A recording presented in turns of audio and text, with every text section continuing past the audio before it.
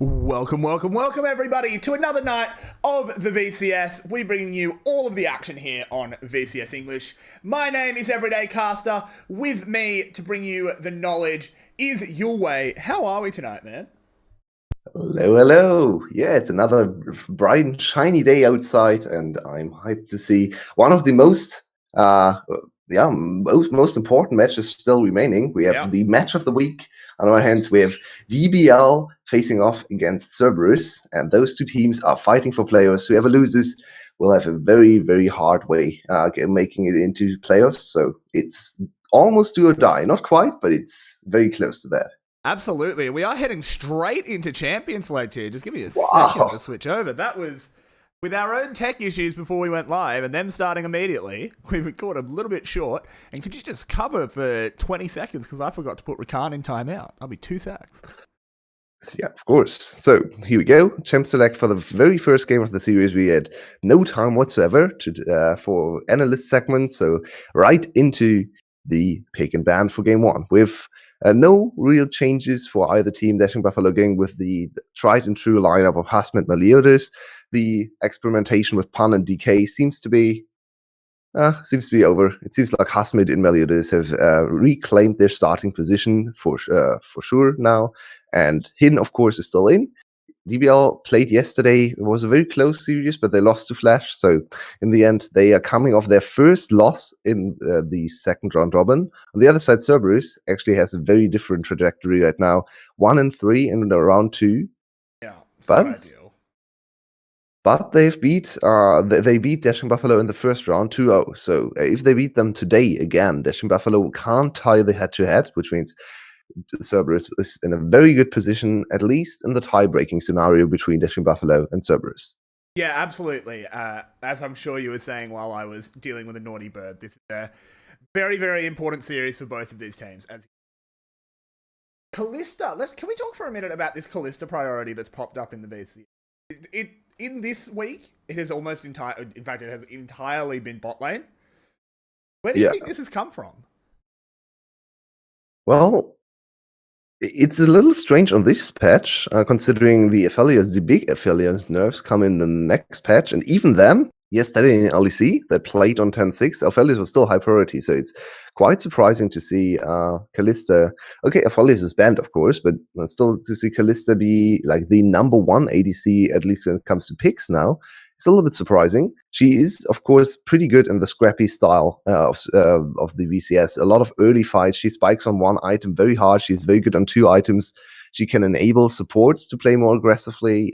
She can enable some different supports like Taric. You can almost not play Taric without Callista. So yeah, I think she fits the VCS very, very nicely. And our strongest position here is ADC as well. So makes sense that the very mechanically intensive champ goes to one of the strongest positions in the VCS.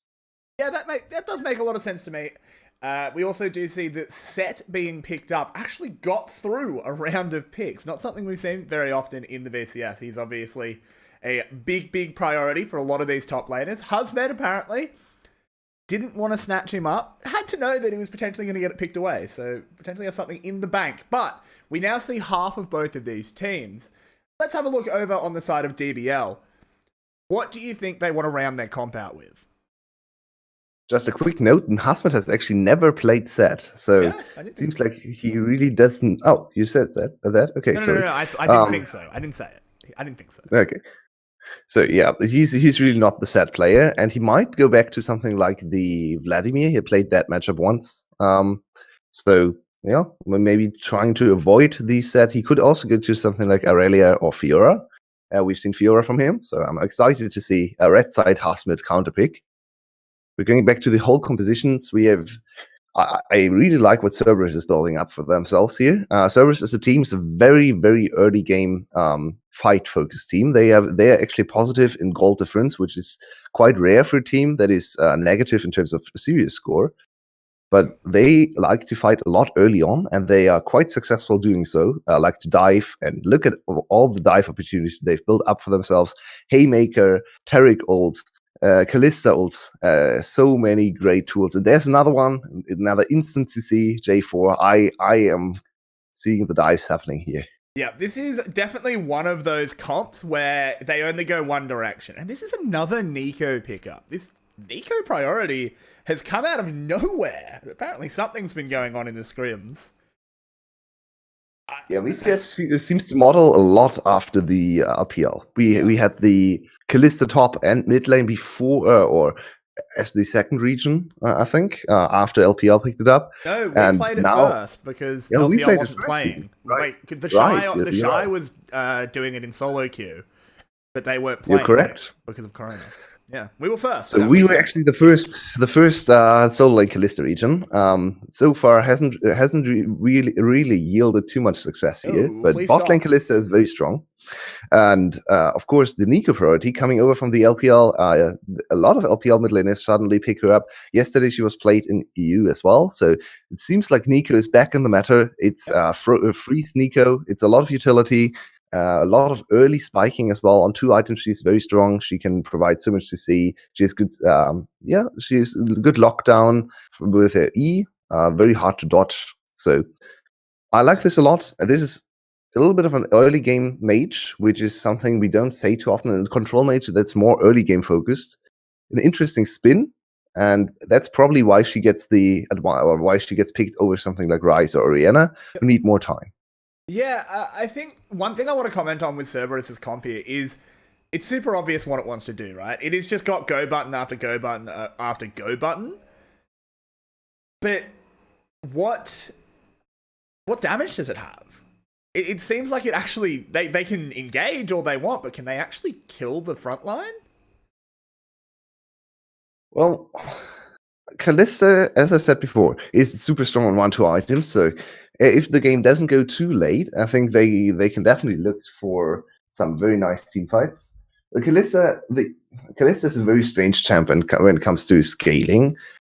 She kind of scales with the amount of threat she has against herself and with the amount of time she's given to apply her rend. So, of course, in a pure 1v1 crit matchup, Kalista loses to MF. But Kalista can still outshine MF in late game teamfights, especially if the team peels for her and buys enough time for her to stack up rends and reset the fight and so on. And then she's super tanky, has a lot of sustain. So I think Set deals a lot of damage, a lot of base damage. Nico has some base damages. I actually think this is one of the Kalista teams that will not struggle too much when it comes to late game team fighting. Okay, fair enough. Yeah, they definitely. I think we need to be ready, and maybe my throat needs to be ready for some very extended team fights because I don't think these are going to be over, especially in the late game. They're going to be going on a little bit with Taric ult rolling and Kalista stacking up spears, all of that. But let's have a look over at DBL. One thing I want to comment on is Norl did get his Zoe here. I've called it a crutch pick, and I stand by it. But he still got it. I'm surprised it wasn't banned. Yeah, Zoe's another one of those LPL favorites. Actually not played in the VCS too often. Norl is one of the only players who likes to go for Zoe, and he likes to go for Zoe a lot. Zoe against Nico is an interesting mid lane matchup. Nico went for the cleanse, so she's a little scared. The champs kind of do similar things in lane. I think Zoe can be a little bit more aggressive early on. Zoe that is. Nico is a little bit more focused on wave clearing, and she's super good at wave clearing. So I don't think there should be a solo kill happening here. But Norl might get off to a little bit of an advantage, utilizing his random redemptions and his more sparkles. So all the nice things we like about Zoe. The super balanced things like getting a redemption for no reason in lane. Because that's... Why not, right? That's totally fair. But wow, look how shiny the mid lane is. That's going to be a fun matchup to watch just because of all the particle effects. The lizard brain is very pleased.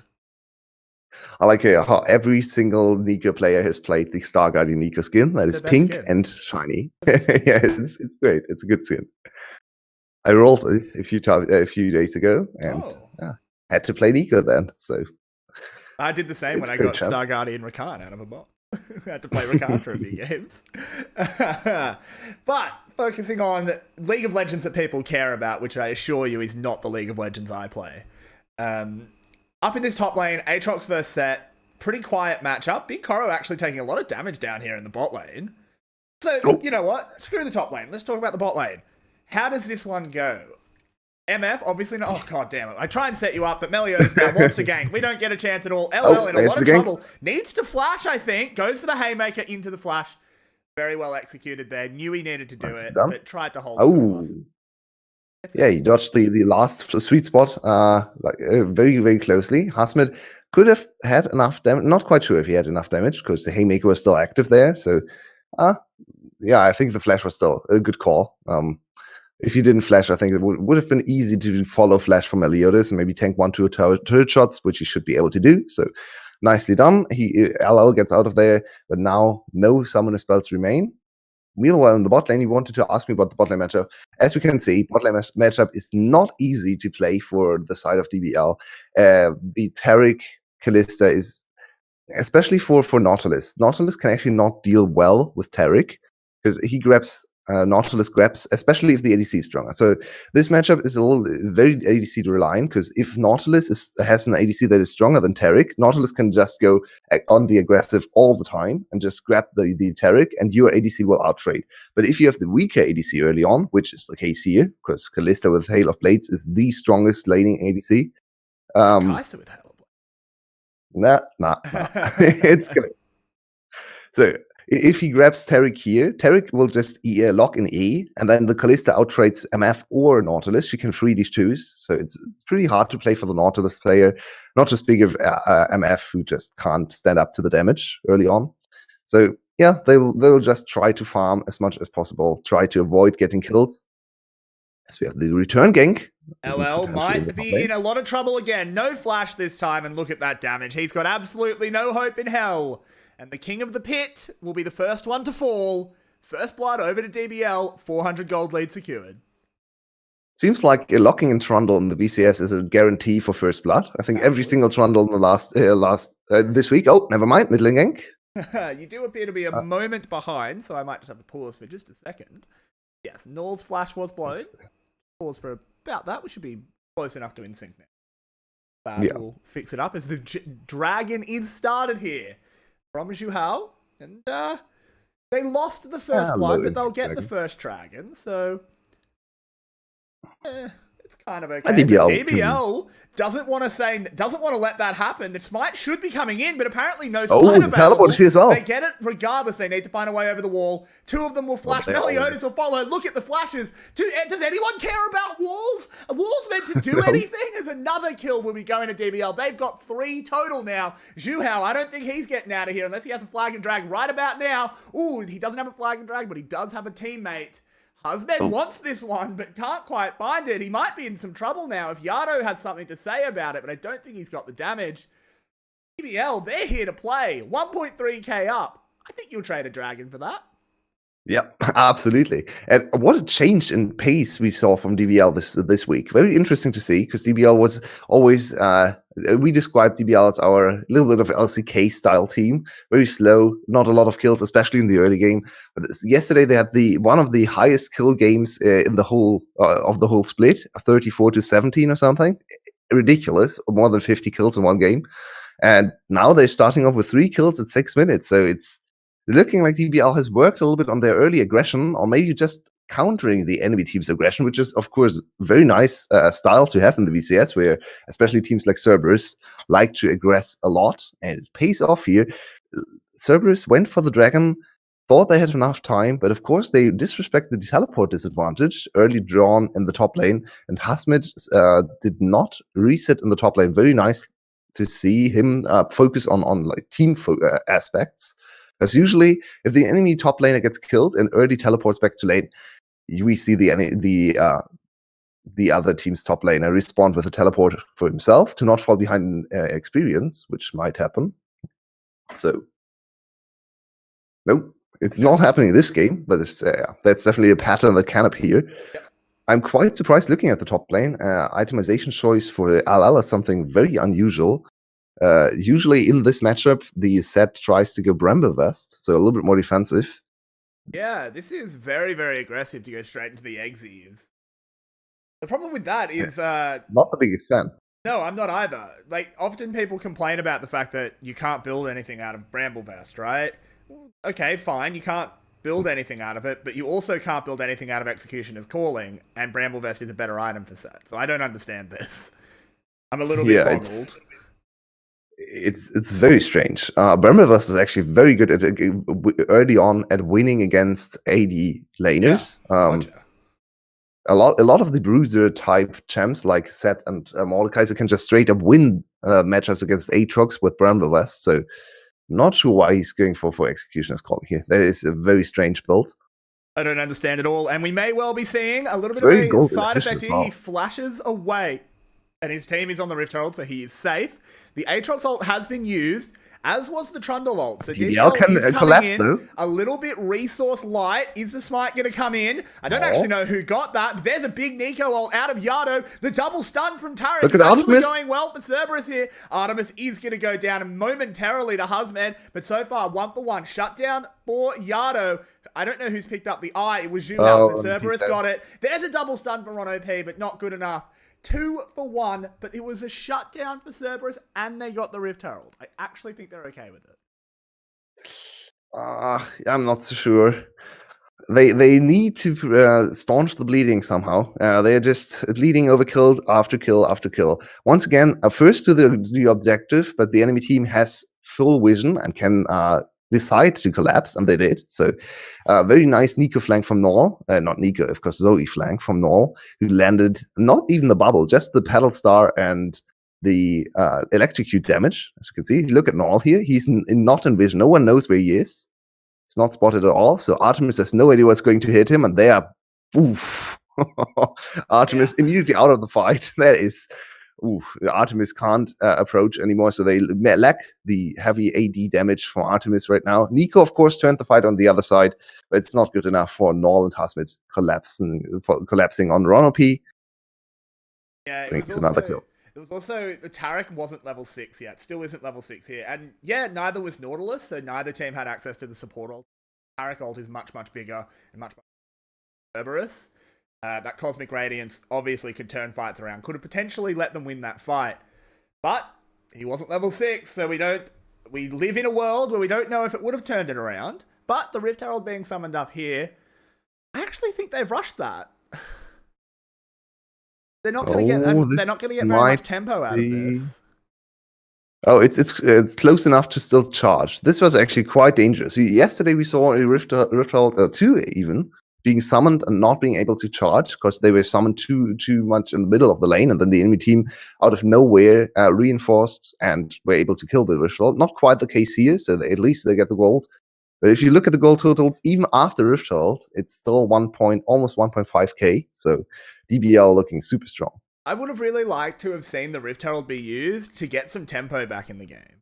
Use it to draw DBL somewhere and then take something off it. I'm surprised they didn't drop it in the top lane, force Meliodas or someone to respond, and then get a dragon. Continue your dragon snowball. Now, they have no chance of fighting for this Infernal.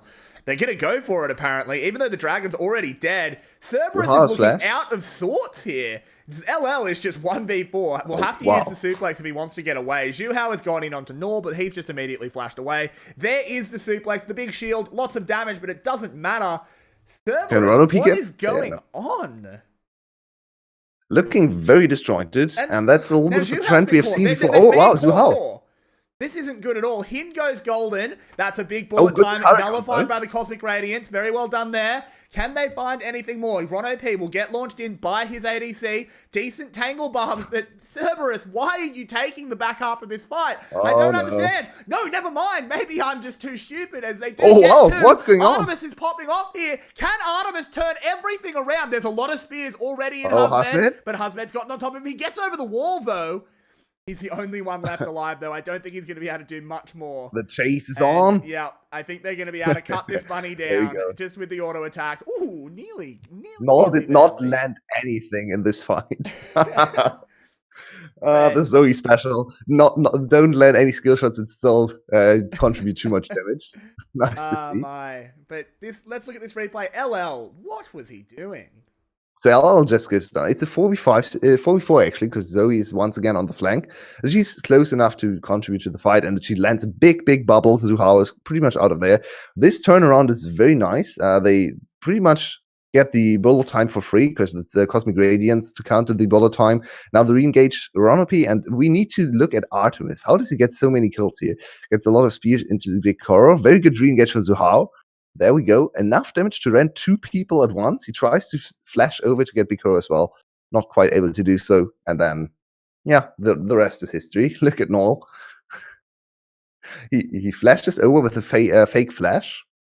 Then he has, of course, the 3 little airy thingies you get when you use W. Yeah. Zoe. But definitely a champion. No one hates Zoe, obviously. No.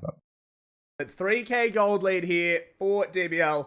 I've got to say, DBL, they're looking good, right? They looked good yesterday, even though they didn't win. They looked good. Cerberus does not look good. No. They look out of sorts. This has been a trend in the second round robin, which is very sad to see, because Cerberus actually looked very, very strong in the first round, of course. 2-0ing DBL and EVOS, so looking like the clear 4th place favorite. They lost to all the top teams. We said, oh, another catch in the top lane, shouldn't yield too much. Yeah, we always describe them as like the gatekeeper playoff team, because they lost to all the teams above them and stomped all the teams behind them or beneath them. So now this trend has definitely turned, and yeah, also have to consider their strength of schedule. They actually lost already to FTV and VGA. Those are the teams you expect to get free wins against. So the rest of their schedule is DBL now. They have to play EVOS, and they still have to play Flash. So this is if they don't win today, oof. It doesn't look good for them. Let's put it that way. It looks pretty goddamn bad, if we're going to be totally honest. How do they bounce back in this game? They could always bounce back in the series and play like the Cerberus we expect. But this game, where can they start bouncing back from? All right, now, just straight up tankiness is a big problem. There's no one who can withstand the first few seconds of the fight. Especially Zoe damage is just going to rip through everyone, as we might have another little setup. Cerberus trying to contest the second Drift Hold. The hook is thrown out, but it misses. But look at that damage out of Null. Just doing a third of Ronop's health in one spell. We love it. I'm trying to get rid of that little menu. Sorry about that. As Rift Herald now, I don't think Cerberus needs to contest this, but they're going to anyway. If they lose this fight, the game is just straight up over. It's already Artemis looking gets pretty bubbled. Oh no. That's not good. Cosmic Radiance is used, but it doesn't really hit too many of them. The health bars are already so low. The suplex would have been really good if the game had been more even. Artemis needs to find something, but he's being forced out by Null. Null just playing absolute gatekeeper, and by the time he gets any chance to do anything, the fight is already over. Well, DBL, they're looking good. I'm not sure why Cerberus wanted to fight here. That is little strange to me. It's only Shirley, so I mean, yeah, okay, you lose the tower probably, but you'll lose the tower anyway if you lose the fight, and even more gold over to DBL. So I'm really not sure what their goal was here. There's no way they win the fight, absolutely no way. So just dodge the fight and try to farm a little bit more. Of course, the scaling is not quite. It's not great on Cerberus' side, but it's still on 2 item spike. Oh, okay, we will be fast. We zooming, boys. But yeah, I mean, why didn't you call the replay your way?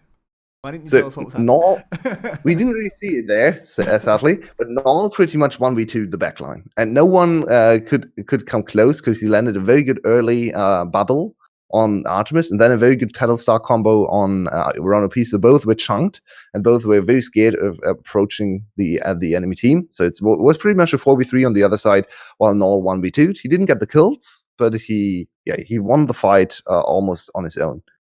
Yeah, absolutely. And now the mountain, we didn't comment on it, but it was the Mountain Rift. And DBL, obviously in a very good track to, if the game even goes long enough, which it may well not, to get a Mountain Soul. I think if that is secured, we talked about how this Cerberus team might struggle with damage, though you said that you didn't think they necessarily would. If there's a Mountain Soul, I think they will. I mean, I think they're going to struggle with damage for a whole lot of reasons, but...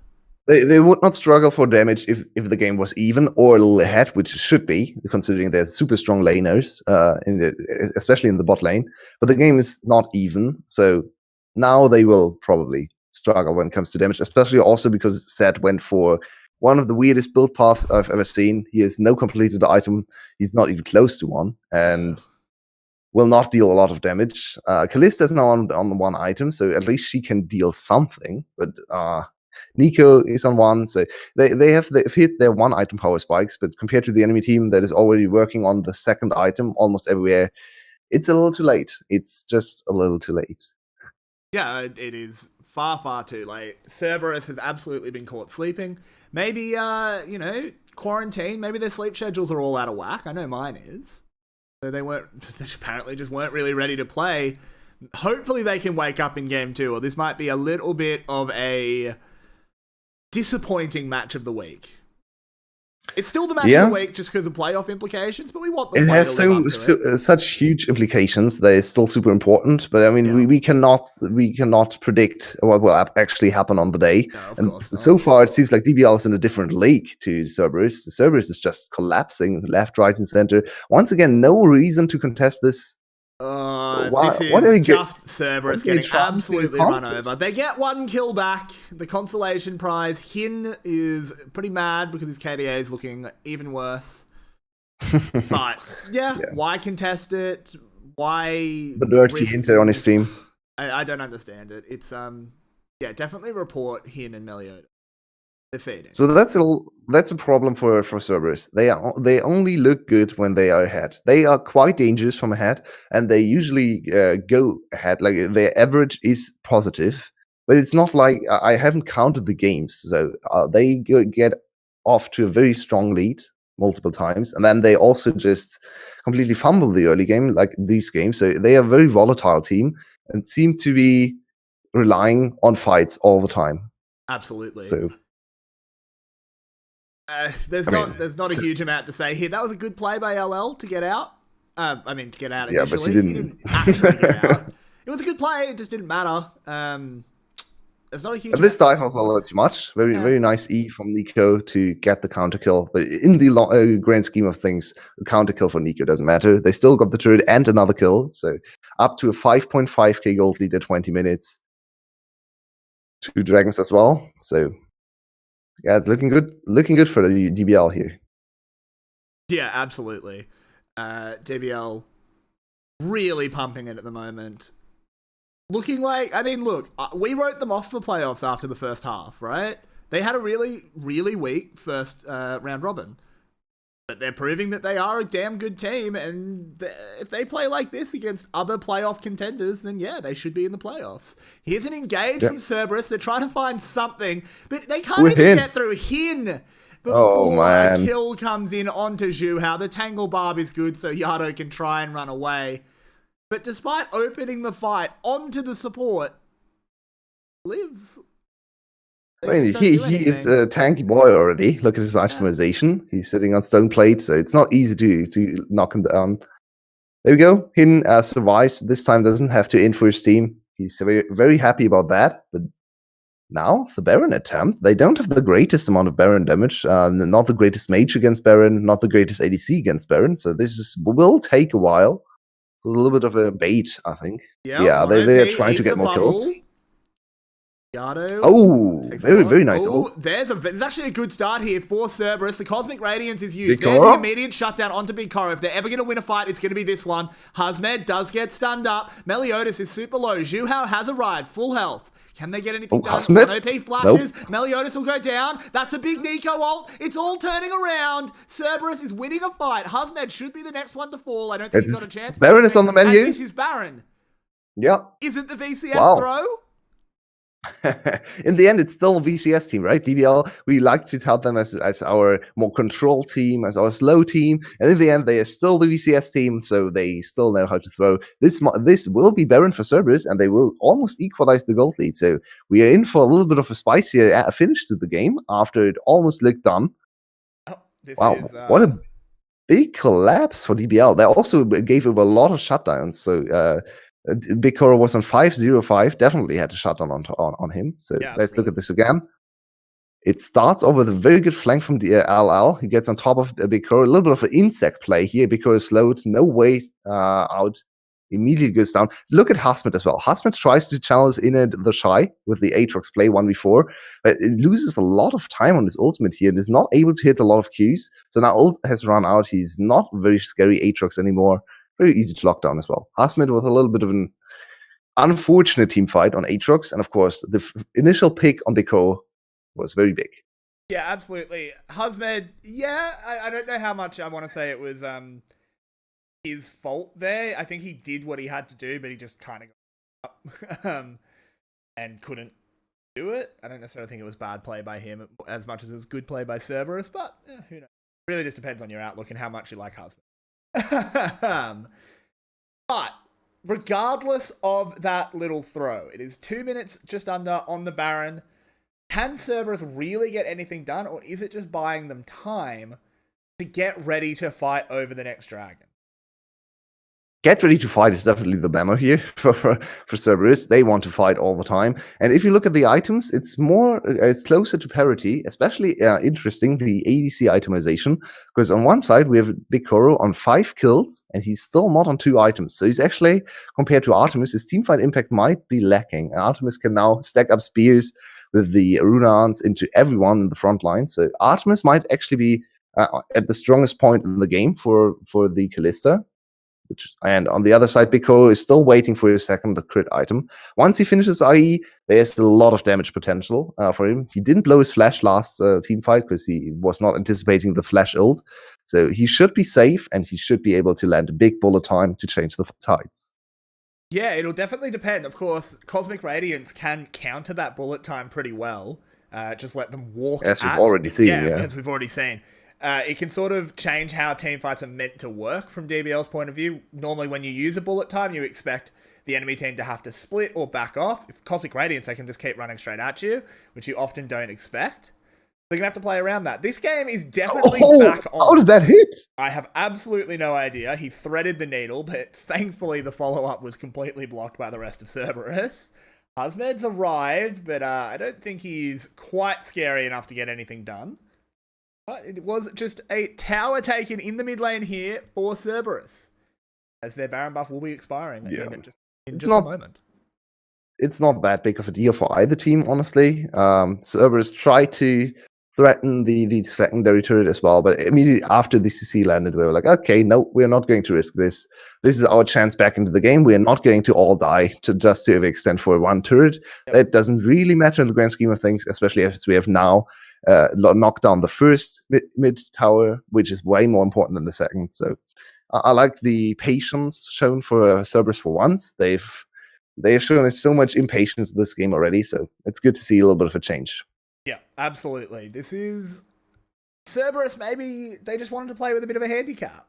Maybe they're playing a bit of golf because they're only 300 gold down now, which means there's been a massive gold swing in their favor for the last 5 or so minutes. Are we in a position where Cerberus can really win this game all of a sudden? So let's look at scaling a little bit more, because the game started with such a big advantage for DBL. We didn't really have to talk about an even scaling game. We are back to we are actually back to even gold. So let's evaluate what's going to happen in team fights. We have the MF is the big crit carry. She has the highest damage potential, but she's also under risk of getting collapsed on, especially by Nico Flash, by LL Flash. So she needs to kite back. She doesn't really have the greatest amount of peel. So how DBL wants to fight is have MF stay back and look for a good opportunity to ult and then come into the fight a little bit later. She doesn't really want to start the fight very much on the front line. Of course, you don't want to, but even less than normal ADCs, because she can get collapsed on very easily. So she wants to stay back, a little bit like you would play an assassin, waiting for the opportunity to strike, and then try to wait out all the big cooldowns and try to see wait out all the positioning for Cerberus, and then come in with bullet time, with a lot of crit, with strut damage to turn the fight. Null needs to hit a good bubble, and maybe even on the front line, maybe on Zhuhao. He's decently tanky, but not tanky enough, in my opinion. So DBL's team fighting is a little bit hard to execute. They definitely have a good team fighting comp if you play it correctly, but it's not the easy front to back control mage style. also don't have the strongest of tanks. So yep, that's true. Yeah, it is also good to see that Zhu Hao's gone for the stone plate, which doesn't get as screwed over by Trundle. Of course, that's true. It is just health, right? Trundle steals resistances. So that's good. The stone plate still gives you 80 resistances. It's true, but it doesn't get screwed over as much as other items that don't give you as much health on the active. But here is the Mountain Drake. This one's important. If this goes over to DBL, they're going to be really, really tanky and have a lot more time in fights to execute their comp. The Cerberus definitely needs to contest this. So Null is trying to have the bubbles zone the enemy team. Ooh, and another very good combo. Onto LL. He is set though. He'll regen that up fairly quickly. 3,500 health. Artemis is just going in here. Look at this. The exhaust on the husband. What's going on? Immediately dies. Cosmic Radiance is being used. This dragon is completely free now. And Cerberus, I think they wanted to back up, but there's the bullet time. The suplex has been used. The Pot Blossom will come in as well. This is looking good here for Cerberus. Can they finish this one out? Artemis is doing the hip and the hop. He's already got one. Zhu Hao's got another. And it's a convincing fight win for Cerberus. And they're ahead in gold. Baron is up. Yeah, and Baron is up again. So perfect timing for Cerberus to just get another Baron. What was Hasmith thinking in the backline there? He just threw away everything for his team, and suddenly Cerberus is actually looking like the favorites here. 2k gold up with the Baron will be 3 or 4k gold up. So, wow, DBL needs to calm down and need to reevaluate this game. They were ahead, they threw. Now they need to calm down and try to just fight on an even position or even from behind, which is of course not easy, but still doable. Oh, a lot of damage from Null. Yes, Smite and Flash available. Wow. They do back off. I think they saw that Null had Smite and Meliodas was there, so it was a little bit too risky. All of the bodyguards do line up, and now Null could be in a bit of trouble, but no, it's just a bit of return fire. No one going down. Now DBL has positioning to get some vision on Baron. So let's look at what Hasmith does here. Why is Hasmith suddenly in the back of the pit? So they wanted to focus the dragon, and he gets caught by Artemis. And no one reinforces the backline there. Wow. Hasmith just very disjointed with his team. His team called back off, and he just went back in. So not the greatest of calls. Very nice bullet time on the backside here, but he had to flash away from the Nico ultimate. Then everyone just piling on top of Big Crow. No threat remaining on DBL. Null, you can kind of ignore the Zoe for most of the team fight. That's a little bit of the fault with Zoe. Zoe can be a decent team fighting champion, especially if she's able to poke at the start and get a few combos in. But in the team fight itself, when the team fight starts and you have already weathered the storm of Zoe abilities, you can kind of ignore her. So that's what Cerberus did here as well. Hard focus on Big Horror, and that paid off big time.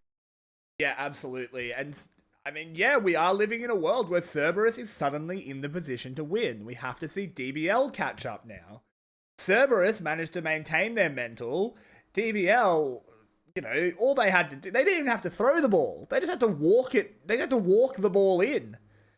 Hasmith, once again in trouble. Anyway. Yeah, Hasmith burns the flash to dodge the Tangle Barb. And I don't think, looks a little bit disjointed here. As some members of Cerberus, he does look to be very, very dead. I'm surprised that the other members of Cerberus just backed off, but it's very, very easy here. Ron OP says, I want this kill. But it's being traded in the mid lane. So a kill for potentially an inhib tower. And they're pinging the Baron. So it's Baron traded, potentially. But Kalista seems to have other plans. She's going back to the mid lane. No, DBL needs to find a way out. Yeah, that's true. Hin will be the first one caught out, but that pillar doing so much. There is the showstopper being used. Big shield into big damage on Null. The bullet time being used. Yano gets a good Pot Blossom, and look at DBL. Where are the Buffaloes? The savannah is empty. They've all dashed away. What's happening? Yeah, that's going to happen if you're on 5-man or 4-man. Of course, Hasmith was already dead into Nico.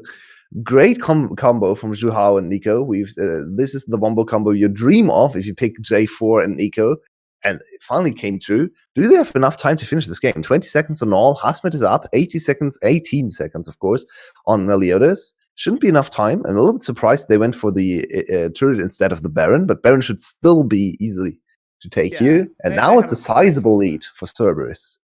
Yeah, I'm honestly surprised that if they were going to go for the tower, they didn't also get the inhib and then reset and fight for Baron, but they wanted just the tower and the Baron.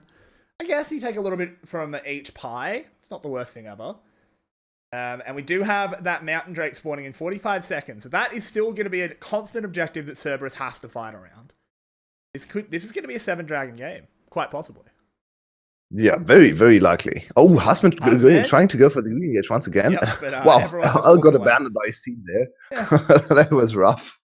Yeah, look at this. Tangle Bob's hit on Hin, and everyone clumps up here. LL with a good re-engage. Facebreaker does not hit, but it's a super good J4 ult. And then Nico following up. Honestly, actually not hitting all 4 members, but it doesn't matter. There's so much CC, so much damage on that little Rage Cage from Zuhao. It doesn't really matter what they did. Oh, but here is another catch. The Rage Cage, as you speak of it, is certainly got DBL pretty angry as he's going in. But this one does not look too bad. The Cosmic Radiance is about to land. This buys them some time to potentially turn around. Hin? Yado popping the Pot Blossom. He will get onto Meliodas and take him down. Hin very, very low. The Dragon is angry. This should be Cerberus with priority over the objective once more, but only Husband, run! What are you doing? Husband, run away! Don't be cocky here, mate. Just get out. Asmid is playing a very strange Aatrox this game. Very, very much. Yeah, a little bit of Beatrox, but for sure. Well, especially because he tries to fight after his ult has already wore off. Like, what is going on? Please fight with your ult, not after your ult is gone. Maybe this is actually part of DBL's strat. They want so they got 2 Mountain Drakes, and now they've let Cerberus get 2. And then they're going to get the Mountain Soul, but then Trundle can ult people. Then Trundle, play. Okay. Yeah, exactly. The 2000 IQ, the big tanky Trundle. Somehow I don't think that's worth it. Yeah. You never know. So yeah, I don't think so either. Now we have to ask ourselves another question. How does DBL get back into this? Because they're thoroughly behind now. Yeah, they are. Well, it all has to start with a good pick for a bubble from Null. I think Null has played an exceptional Nico game, especially early on in the first few team fights. He had great zoning, he had a lot of impact, but he has kind of lost his agency in this game when Cerberus realized they can just ignore him and just focus the Bikoro down. Bikoro has flash for the next fight, so maybe he can do something to get away from the combo. Yeah, it's the Rabadons will be there soon, and there's not a whole lot of MR on the enemy team. A decent amount of MR, especially Nico doesn't have any MR. So if you can catch Nico, maybe prevent her. Actually, has a little bit of MR. Actually, yeah, Spooky Ghosts have a little bit of MR on them, but it's not enough against the sheer amount of damage from Null. Once he has the Rabadons, of course. Yeah, bullet time used to try and clear the wave, but they're going to use it as an opportunity cave. Big Koro goes into the cage. Cosmic Radiance has already landed. This is a bit of a disaster. Zhuhao does have to flash away from the tower, but can DBL actually find anything? I don't think they can. Hin has gone down. LL with the suplex into the back line, doing a lot of damage. There is the Pot Blossom. That's another kill, and I think Cerberus, they've come back from their home at the gates of hell to bring DBL down, despite the fact that they got absolutely butchered in the early game. Yeah, what a big collapse for DBL. After that one throw, they just lost every single fight afterwards. There was an exceptional throw from DBL, and they have to be so angry with themselves. This is still super important. And Cerberus, he just scraped by. For some reason, they won this game. They had no right to do so, and can just say, okay, we didn't really play this game too greatly, but our team fighting was nice, so let's do that again. Try to not suck as much in the early game, because that was atrocious. Yes, but that is a very nice way of putting it. And atrocious is not. Yeah, the early game sucked, but I think Cerberus did show themselves, as you alluded to. They were a more cohesive team. They were actually playing as a 5-man unit in the fights, and we saw the value of that with their team comp. We knew that their team comp was a team fight comp, right? We just didn't think they'd get so butchered badly in lane. Yeah. So, well, go ahead. Make your point. It's okay. Sorry. I like the Callista Taric. Callista Taric actually look very strong late game, and Callista Taric makes up for some of Callista's deficiencies by just extending the fights and giving her more time to stack spears. It's a very nice combo. We see some teams across the globe play. Mad Lions, of course, is one of those teams in Europe. They like to play it all the time. I like this a lot. I think DBL needs to do something about the Callista or the Taric. Next game, they will be on blue side. So they could first pick the Callista. They could also just ban it away. So I think Callista is one of the most important champs here to look at. Absolutely. But in terms of, let's also continue talking about important things. We'd have to pick an MVP for game one. Ooh. DBL's throwing arm? Yeah. So the big throw happened with LL flanking, but I think other than that, LL didn't really do anything in this game. You've got in my opinion, it's either Zhuhao or Artemis. I actually think it's Zhuhao. Yeah, he had so many great team fights where he came in and locked down the MF last team fight, the team fight in the mid lane. He landed great initiations. I think Zhuhao deserves this MVP. Artemis had a great game as well, and a shout out to the support as well. I think Ronald P had very nicely timed Taric ult. Sometimes in the Taric and pro play can look very weak when Taric is not on the top of his game and just ults preemptively. Absolutely. When it's useless. But this Taric was very, very good. So yeah, let's lock in that Zhuhao MVP. He'll get another one on our list. We'll be back in about 5 minutes for game 2. We'll have to see if DBL can recover or if Cerberus will pick up the first game and then run the second one home. Thanks for tuning in, everybody. Don't go anywhere. We'll be back in not very long at all. To see you then. Welcome back, everybody, for game 2 here of Cerberus taking on DBL. Cerberus did get off to a good start there in game 1. Well, not a good start, but they won the game. Going into game 2, we need to see DBL bouncing back. How can they do it, Yulwei?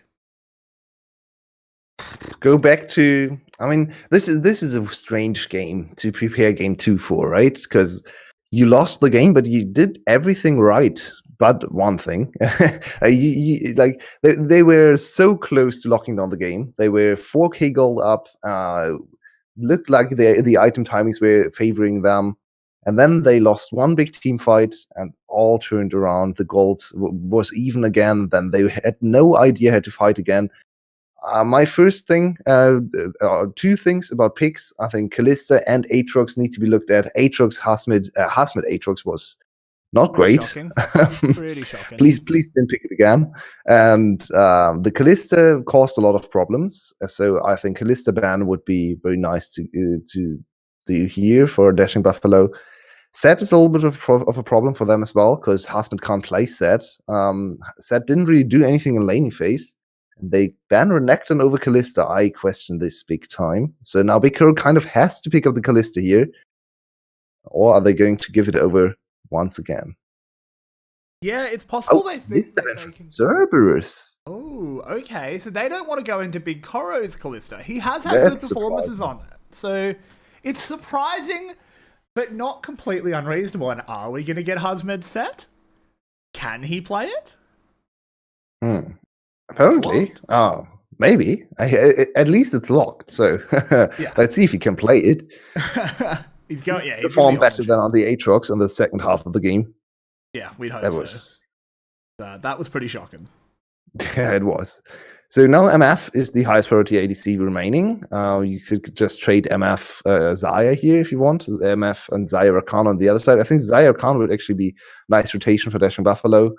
They could also just go Kai'Sa and Jungler or something if they want to.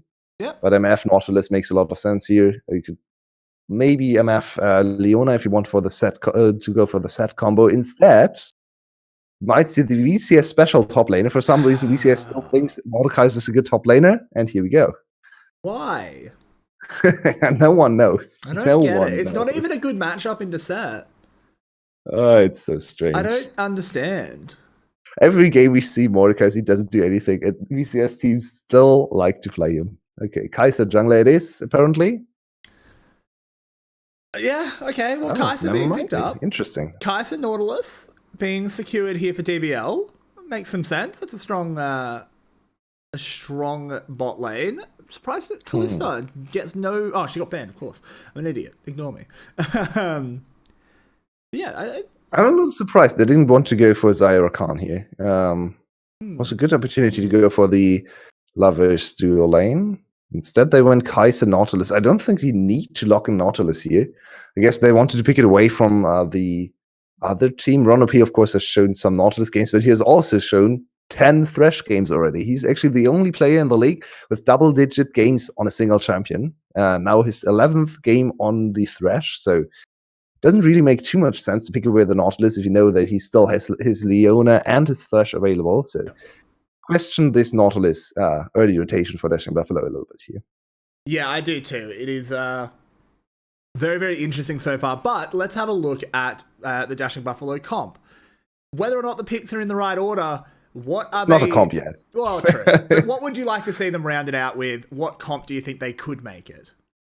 So sometimes you see 3 picks and you already see, okay, this is going to go in this direction. This is this kind of comp. You could change it in, you could mold the comp a little bit. But these 3 picks are not comp. And now Zoe on top of that.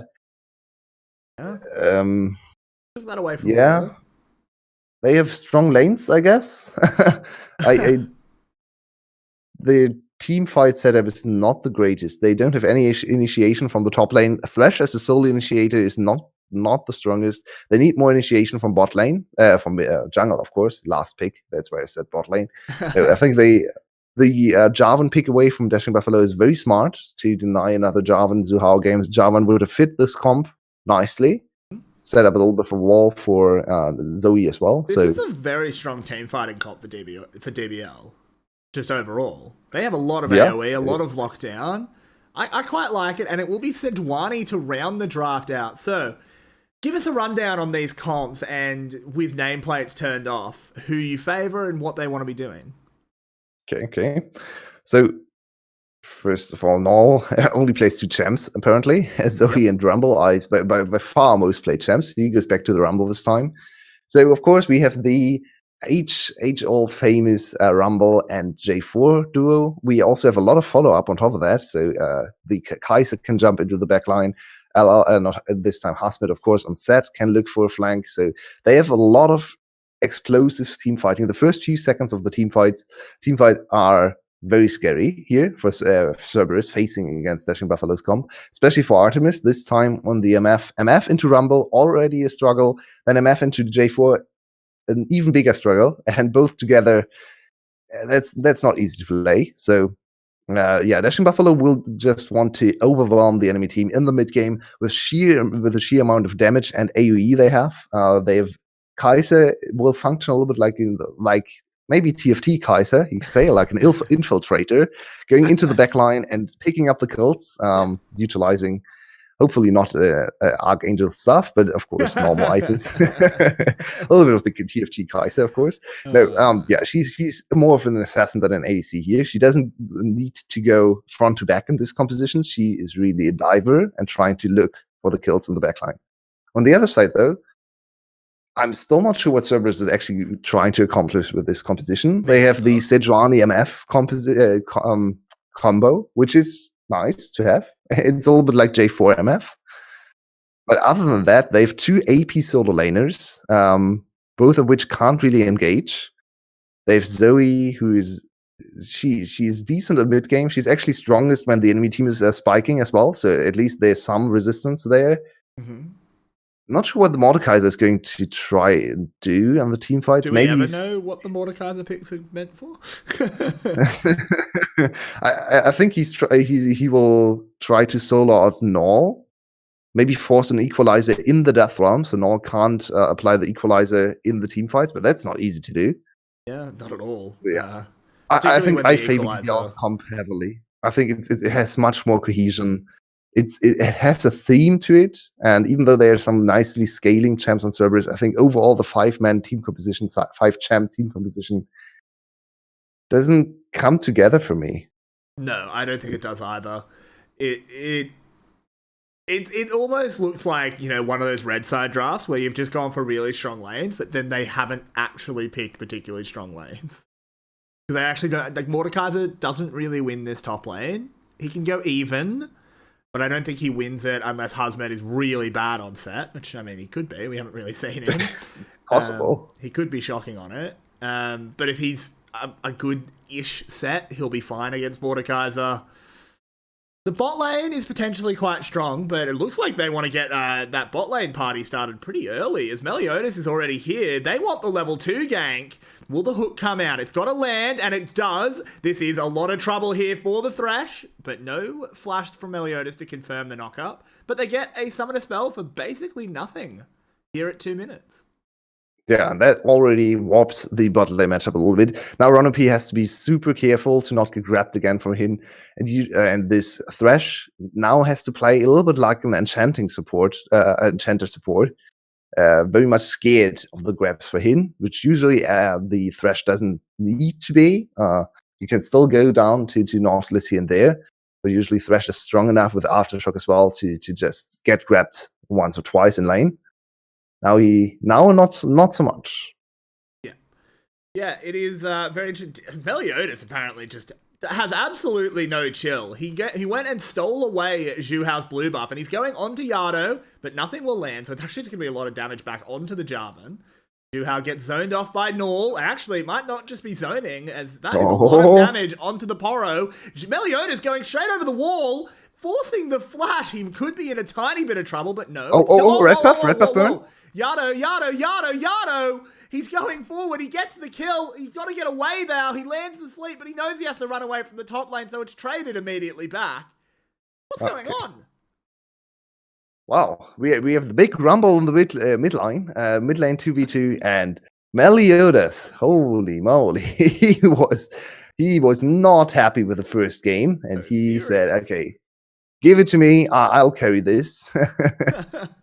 Wow, that was a very aggressive invade, and of course Yado gets the first blood, but still loses a little bit of CS. Will the wave will be shoved into the turret? He is in time though. Yeah, he's in time to get the CS though, so he shouldn't be too far behind in terms of experience. Well, I said level 4, and with wave equalizing, Meliodas flashed into the wall. So close. Oh wow, he face planted. Oh, right. Yeah, that's why Yado got the flash there, the fake flash, and could re-engage. That's right. That's not good. Meliodas trying to get the first one there. Could be going down. Hazmet goes for the flash transfer of the Haymaker, but it's not enough damage. Will Meliodas go in by himself? I wouldn't be surprised. The man is apparently on an absolute mission today. And there's no shield for Mordekaiser. Yeah, it's true. That shield does have a very long cooldown, and he hasn't built any of it up. He does have a little bit now. Here it is. There's the obliterate. The shield is used, and it's traded back 1-for-1, but Hazmet did get the kill with the Haymaker. Meliodas, calm down, man. Down in the bot lane. And we have another dive in the bot lane. It's not a dive yet. It's okay. We can take 2 seconds to catch our breath. But Zhu Hao is here. They could turn it into a dive. I don't know if they really will. I think it's just a little bit of damage. That's a lot of damage, actually. Yeah, it's a lot of bit of damage. But here's the TP. This really is continuing. Zhu Hao will get landed out, but he's so low. I think Hazmet will just hit him once. No, never mind. But he will get burned down by Null. Yado in the middle of the enemy team. He gets cleaned up by the Haymaker. Six kills at 5 minutes. VCS? Yeah, okay. Once again, DBL's winning all the early skirmishes. So it seems like they've really worked on their early game and their early game aggression. And we are right where we were in the first game. 1k gold lead for DBL at 5 minutes, even earlier than last game. And the first dragon will go over as well. This is high octane League of Legends. This is craziness all over the map. DBL is done with the LCK style. They want to get to players and they need to adapt to the VCS. Yeah, apparently they definitely don't appreciate being referred to as the LCK team of the VCS because they are not playing like it anymore. Meliodas in particular, this man, he hates the fact that they lost. He just wants to get this one done with and go to game 3.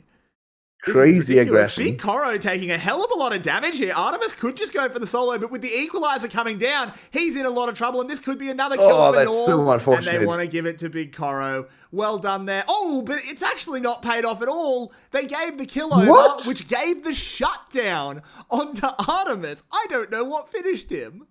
Minions, I guess? The minions were dead. Maybe there were still auto attacks in flight? Yeah, I guess so. Wow, that was pretty unfortunate for Null. He could have also just turned away the top side and would have probably been fine. But in the end, it's a shutdown over to MF, and MF honestly earned that kill because she out-traded Biko big time there. Sadly, then the equalizer came in for the rescue for Biko, and if not, Artemis would have gone for the solo kill on Biko, as you pointed out in cast as well. So more crazy aggression, more kills, 8 kills at 7 minutes. We are still more than 1 kill a minute, and that is going to continue here. That's at least very likely. Of course, no one knows. But yeah, Null is getting caught, so this might be another one. Down here. I don't think there's a bubble, so it's just the bit of damage. But he's still a very big rumble. Let's have a look at this hit down here. Artemis, very low. What gets the final hit here on Null? That minion order. Look at it. Look at the caster minion. Yeah, look at that. Hero!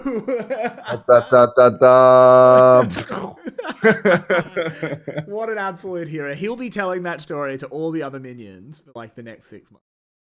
I don't know. Do minions go to the afterlife? Do minions have souls? Maybe. They have Minion Valhalla.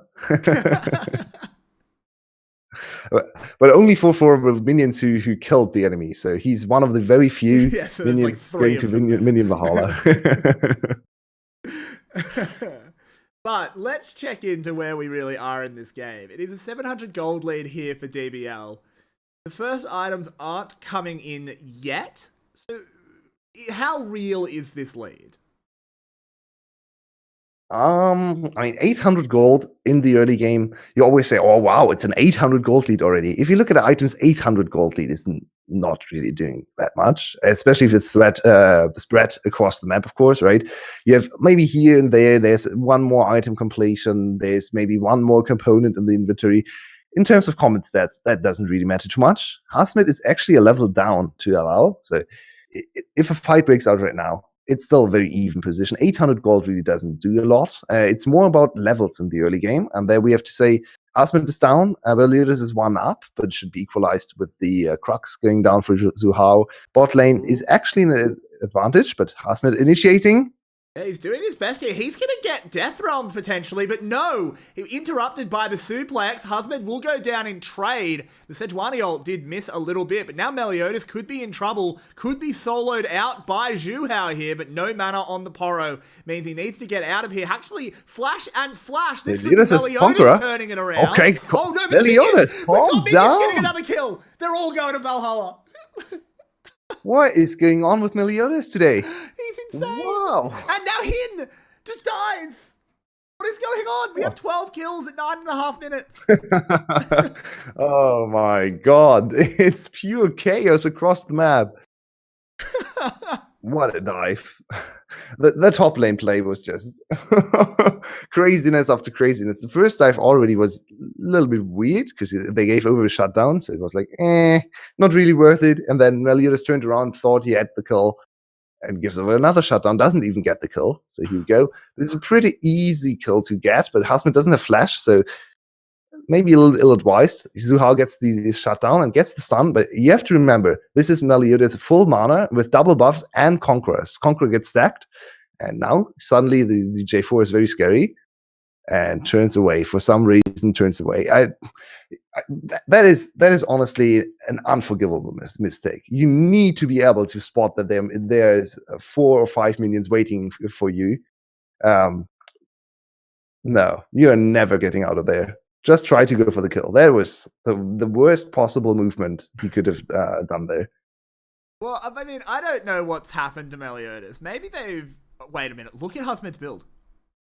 Yeah, I know. This is something we've seen a few times now. It's it's Borg set. I love it. This is so much fun. I love Borg set. It is great. Zhuhao diving headlong in here. DBL has been caught out again. Good equalizer to buy them some space. There's a bullet time. LL arrives. Another teleport will be here. Husmed wants to go in, but can't really find anything. Death Realm is not available. Does a lot of damage and gets a big shield. It's going to be a 1-for-1 momentarily as Ron OP will finally go down. Oh, but Null turns on the flamethrower, and he's having roasted Buffalo. LL in the Death Realm now with Null. He pops out. Can he find anything more? He's pretty pretty tanky with all these extra stats. He can turn this around on his Oh, own. Yado? Yado's here to help out as well. This should be a fight that Cerberus comes from behind to win. Meliodas hiding in the bush. He's got no way out. There's the flag and drag. And this time the minions are too focused on each other to finish him off. It's a 3-4-4 in this game. 9 to 10 in kills at 11 minutes. What is going on? Calm down, VCS. We're not ready for this. Wow. I mean, if anyone was going to be ready for this, it should be VCS Cast. So if we're not ready for this, we're not doing our job. I'm having a great time. I love this kind of thing. So let's have a look at this one again. The equalizer's dropped. It buys some time, but break down the rest of it. So I want to focus on Meliodas and Null here. Husband comes in, but honestly, yeah, he deals a lot of damage, but he's also super squishy. Now look at Null. Null sees the opportunity to just roast everyone, flashes forward, and just he spins around. It was very, very nicely done. Big Kuro thinks he's late game Kaiser, but sadly he doesn't have any damage. So look at Al's health pool. He is actually not losing any HP. He's gaining health. He's not. Yeah, he's gaining health in this fight. Yeah. Maybe in the late game, Biko will be able to shred him down, but on one item, oh, but not we've got quite another there. catch here. Zhu Hao in the jungle, but the rest of Cerberus is here. The Sejuani ult is used, but they can't really chase through the equalizer. But look on the other side. They're running into LL. as well. Husmed does a lot of damage. Bullet time will get Meliodas out of the stopwatch. Husmed now should be able to get boxed in. He'll try and make an alcove play, but those alcoves, I don't know if they add quite enough. Double kill now for Artemis. He's 3-2. Look at the kills and the time. DBL, we said on cast last night that the kill per minute average is getting dragged down by DBL. Not anymore. Yeah, not anymore. Not anymore. No, DBL's making up. Not. So, yeah, because suddenly Cerberus is on the lead, and gold-wise, it's pretty close still, but they are now 3 kills ahead. They will get more plates in the top lane, traded for trades in the bot lane. Plates, of course, traded for trades in the bot lane. I guess it's a trade as well. So far, Hasmet has been strong in the 1v1 situation, but very, very weak in team fights. He's gone for a very squishy build, and that's not paid off in the first few skirmishes here. So a little unfortunate for him.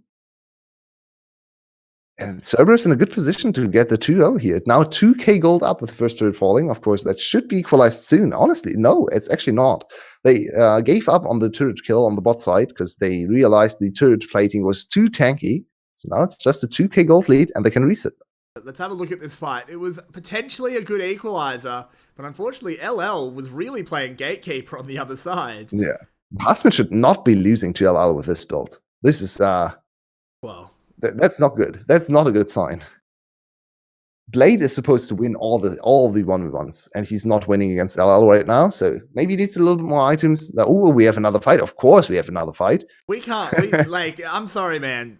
I know you want a color cast, but there's really only one color in this one, and it's red, because everyone's dying. This one, oh my word. What has gotten into DBL? Because DBL are the ones starting this one off in a lot of ways. Meliodas in that early game did not stop. Struggling a little bit, but we're okay. Mid lane tower takes a bit of damage, but there will be a fight over Shirley. And Equalizer is not level 2 yet. Sadly for DBL, they have not been able to push Null to level 11, which is a big power spike. So it's only level 6 Equalizer. Oh, look at the damage onto him there. That was insane. And Yado will get the Herald. Oh, with the bullet time. With Yado, with Husmed, I should say. Husmed dodging a lot, but it doesn't matter as he just gets smacked down with the mace. And it's 1 kill and the Herald for Cerberus. They're happy with that one. Yep, there we go. Another kill added to the board. We had 22 kills at 15 minutes, which, I think this pace is nice to watch. It's a little ridiculous, though. Now the Mordekaiser is far ahead. Oh, it's actually not ahead in gold. That's interesting. He's actually behind in gold compared to the enemy top laner. He's still winning the 1v1s. Yeah, because he's far ahead in experience. That's not great. He's far ahead in experience. He got 1 experience lead, I think, because Meliodas leached too much XP, of course. And ever since then, he has had a 1 level lead, and that's quite significant in this matchup, it seems like. Yeah. I still am a little confused by how hard Hasmet is losing. I think he should not be losing this hard to Mordekaiser on this itemization breakpoint.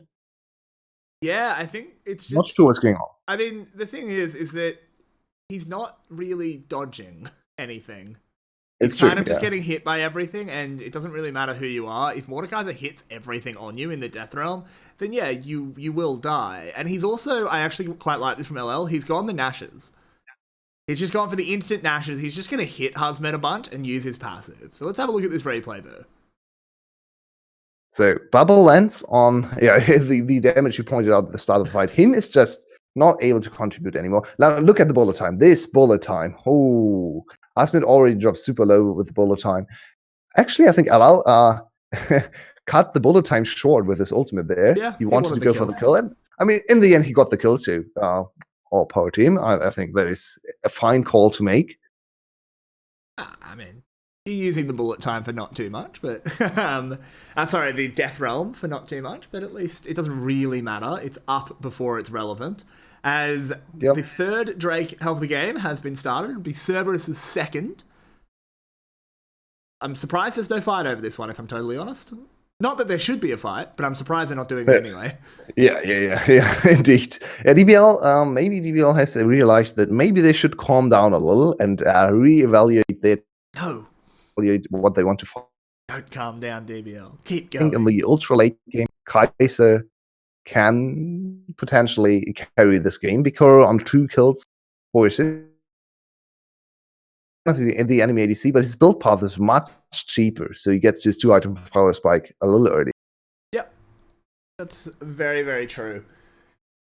So, speaking of items, both ADCs at that 1-item mark.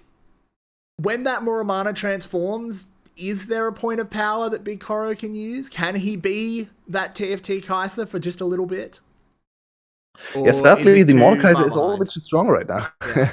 So, yeah, I actually don't think he's behind. If you look at his items, he's behind in CS, but his items are still looking great. So, in a normal game where Mordekaiser wouldn't sit on 4 kills and 4 assists, you might actually be able to kill him in the backline. But right now, Mordekaiser is too scary. So you kind of have to go to Zoe. And then it's mid-game Zoe. Mid-game Zoe is quite scary. You have a lot of mobility on the Kaiser, or a decent amount of mobility, let's say that. If you can dodge the first initial bubble, then you should be able to force a 1-on-1 fight and win against Yado. So that's one of the objectives. You could also try to go on top of Artemis, but Artemis, looking at his items, is actually a very scary opponent. Yeah, it's not the easiest position to be in for this Kaiser, but she's still scaling up. So she's still trying to get to a little bit more of an item breakpoint. Going for the QSS, though, will hurt the acceleration. Yeah, absolutely. Have to put the 1,300 gold into the QSS. I'm surprised that Hasmed has gone for it as well. The whole point of Hasmed's build is that he can win that 1v1, and now he's going for the QSS anyway. This set, it's just disaster. Yeah, it has really not worked out. This is exactly the case. This is the 1v1 build, the potentially strongest build you can go for one item if you want to just permanently fight 1v1, and he's losing the 1v1. So he's actually squishier than on usual items, like Trinity or even Black Cleaver. He's way squishy, he doesn't have the cooldown reduction, he's not as useful, and he also loses 1v1. So right now, Set is not looking like a very nice pick for Hasmed. No, and maybe this is why we haven't seen Hasmed play Set until this game. Overall, Hasmed fans a little bit upset as he has been letting his team down just a bit. But can he make up for it with this flank? Meliodas will get the party started, but has to immediately flash back out. Oh, the suplex was angled so badly. He didn't go anywhere. Now Big Koro in the Death Realm. LL just walking him down. Yeah, he is still alive, but he didn't get anything done. Big Koro still in the Death Realm. He comes out and LL will claim the kill. But why is he in the Death Realm? He has QSS. That's Yado not a good sign. is actually very caught out here. A lot of damage being done, but he grabs the temporary flash and gets over the wall. Of course he does. Just for some reason he's allowed to just live. So now Cerberus, this game is actually just a little bit of a stomp now. After the first 15 minutes, Cerberus is winning every single fight. They are getting all the advantages. Baron now on their side as well. 5k gold. Just tanked it. Oh, nice. 2-0 DBL again. Yeah, very possibly. And then, I mean, this makes playoffs very interesting once more, doesn't it? Cerberus bouncing back. It makes players almost impossible to reach for DBL as well. That's true. DBL fans. 0-2 head-to-head against Cerberus. It's not completely out of the realm of possibility. That angle on the suplex was terrible. Big Hero just missed his QSS time. He tried to use it before the Death Realm actually completed. Wow. Okay. That's just a mistake. Oh, that's not good to see. That's really not good to see. Big Hero is supposed to be the backbone of the team, the one that doesn't make mistakes. We come back to reality, and there goes Husband. He's dead again. This is well, I mean, to be fair, maybe Cerberus will return the favor for game 1. Maybe they'll throw. Yeah, it's their time to throw now. Wouldn't be a VCS game without both teams doing their absolute best to lose. The problem is, it's not actually easy for Cerberus to throw. They have very straightforward shot. Never mind, the Artemis can just run into Artemis everyone. gets caught out, but the hook through Hinge straight onto Nor was fantastic there. Bubble lands, and despite the fact that Artemis got hooked, it's still all going wrong for DBL. They're going to lose 1, they're going to lose 2, they're going to lose a tower. They did their best. They let their ADC get caught, but look at South Bar. Well, yeah, this game seems to be over, which is a little bit of a shame. This was our match of the week. I mean, we stand by that. It's super important for playoff implication. In terms of actual gameplay, I mean, craziness and aggression for sure. High level play, maybe. Still on insane amounts of kills, 18 to 9 and 23 minutes. 2 inhibitors down, so we should be looking at a third inhibitor approach in the top lane in the next 2-3 minutes. Baron will, of course, wear off. If Cerberus wants to play it conservatively, they could just wait for the next Baron to finish the game, but they don't need to, really. Alal is so strong, can just pick whoever he wants and then kill him, and then all the rest of the team is also stronger than the enemy, so Big Hero is still not on 2 items. That QSS buy has really hurt him, and the one time he actually needed the QSS, he failed it, so that is really ugly. It is super duper ugly for DBL and the Big Coro in particular. This is a bit of a worry, as we thought this was, I mean, hear me out. We thought this was a fairly easy comp to execute for DBL, right? It wasn't that hard. And they failed completely. It's really not that hard. Yeah, the fail starts, of course, with the big top lane advantage. Hasmet was not supposed to fall behind in this matchup. It's a matchup that is set favored if you play it correctly. So, yeah, we're back to bad Hasmet. Hasmet is a very streaky player as well. Yeah, sometimes he's looking great. Sometimes his mechanics outshine the enemy top laner. Sometimes has disconnected. Rizo has entered the chat. Yeah, sadly, that's the case. It's not what you want. There is an attempted Meliodas. Engage, but it gets stuffed by Meliodas. He got caught by Ron OP's hook. Very well done by the Thresh. Hin goes down, and there's no damage being dealt. In goes the set. He'll get the Haymaker. It'll do a little bit of damage. The bullet time is used basically just to show off. And I think Cerberus might be walking this one in. Yeah, they are ignoring the top lane inhibitor. They have super minions approaching. Oh, nice grab from Ronapi. Nicely done there. Good insta cleanse from Null, though, to not die. But it doesn't matter. He is not dying, but their playoff hopes are dying very quickly right now. It's true, but harsh. What can I say? They get 2-0 by Cerberus again. They are now 0-4 against Cerberus. Direct competitor. You are not allowed to do that if you want to go to playoffs. Absolutely. And Cerberus win 2-0, 26 minutes, a stomp in game 2 after getting back after a throw for DBL in game 1. Oh no, this DBL is back in the dumpster, it seems like.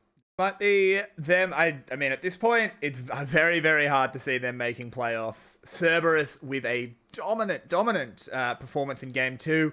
And hey, maybe people will argue until the cows come home about whether or not they deserved game 1, but it doesn't matter because wasn't their Nexus that exploded. They got it.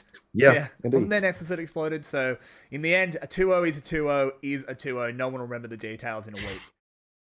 But we have to pick an MVP. Is there even a discussion? Is it LL? Did he actually do anything special this game? I think he was the most important. Yeah, true. Make a good point. I think Yado had a very nice Zoe performance as well. I think Zhuhao on the Sejuani looked. No. He stuffed a lot of people look good. Who's actually the most valuable player? Yeah. It's a very hard choice to make. I think I want to go to LL for the Dragon fight. Remember the Dragon fight? Oh yeah, right. It looked like DBL was going to win it, but LL basically 1v3'd. I think LL is definitely a fair choice. I mean, in the end, he can only do what his champ does, right? Yeah. It's not like he can suddenly do super flashy outplays on Mordekaiser. That's just not going to happen. Mordekaiser is going to take his mace and slam it on the top of the enemy ADC. So, yeah, that's what happened, and he won the fight for them. So, Zhuhao and LL, our 2 MVPs for today, and Cerberus back in the discussion with a 2-0 victory over DBL. Absolutely. DBL needs to really hope and pray that everything goes right for them going forward. So that is the end of Series 1. We won't get another 6-game day today. Maybe good for our throats, as we can't have 6-game days every day. We had crazy 6 games yesterday. Go watch those VODs in the break if you haven't. But do we have anything else to say about this one, or are we happy to get ready for the second series? Go to our break. Just spam your Fs in chat for DBL's playoff chances. They will once again not make playoffs, most likely. So just have a moment of silence for Dashing Buffaloes. We remember the time you beat G2. Yeah. Not dashing at that time, though. So no, true. Ever since they are the Dashing Buffaloes, they have not found too much success anymore. That's very true, but what we will find is our pause. We'll be back in probably going to be about 20-25 minutes. The stream will probably turn off at some point. We do that so that our guy that does VODs can save it and all that. Don't worry, we'll be here in plenty of time before the next one. Garm taking on Team Secret. It's a hype one. If Secret can ever bounce back, they damn well need to do it right now. Everyone cross your fingers for some good games. We'll see you then. I've been Everyday. With me has been Yulwei. If you look down below the stream, there are a bunch of buttons you can click on. Just go down there and go nuts. And if it ever asks you about money, just type 1,000. Just trust me. I'm not going to tell you what it does. That's what you need to type. I'm joking, of course. But yeah, there's lots of buttons down there. Come join our community. We'd love to have a chat and all that. You can learn a little bit more about the VCS from smart people. See you guys in just a bit. See you.